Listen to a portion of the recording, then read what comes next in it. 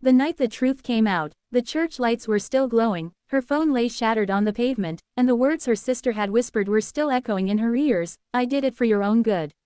But nothing about the betrayal felt good, and as Sarah dropped to her knees under the cold sky, she finally understood the warning she had ignored, the one that had come from God, not from family, and if she had listened, everything might have been different. Sarah had always believed that family came first.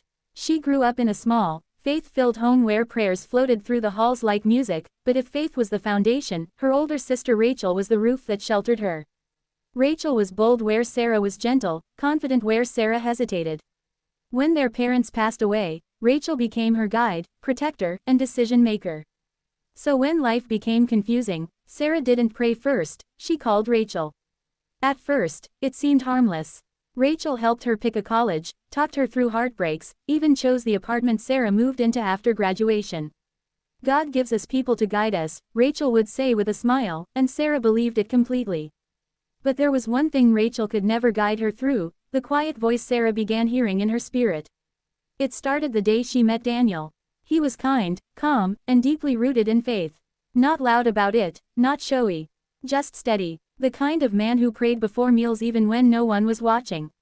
Sarah felt peace around him, a peace she couldn't explain. But when she told Rachel about him, Rachel's smile didn't reach her eyes. "He's not ambitious enough," Rachel said. "You need someone stronger, someone who can really lead." Sarah tried to explain the peace she felt, but Rachel brushed it aside. Feelings aren't facts. That night Sarah prayed, really prayed, for the first time in a long time. And in the stillness, she felt a warning, not loud, not dramatic, just a gentle nudge: "Don't let others choose what I have prepared for you."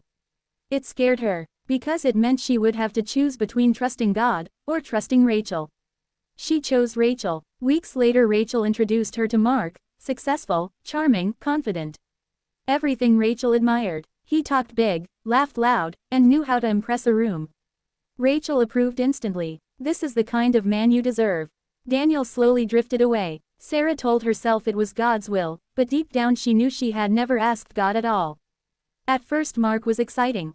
Gifts, dinners, attention. But the peace she once felt was gone, replaced with pressure. He didn't like her church friends. Said they were small-minded. He rolled his eyes when she prayed. "You don't need all that," he'd say. "You have me." The gentle voice returned, "This is not what I chose for you." But Rachel said, "All relationships are hard. Stop being dramatic." So Sarah silenced the voice again. Months passed, and the cracks grew. Mark's temper surfaced. His control tightened. He checked her phone, criticized her clothes, mocked her faith. Sarah cried to Rachel, but Rachel's advice never changed. "Stay. Work on it. You can't quit every time it gets hard." One evening Sarah found messages on Mark's phone, messages to another woman.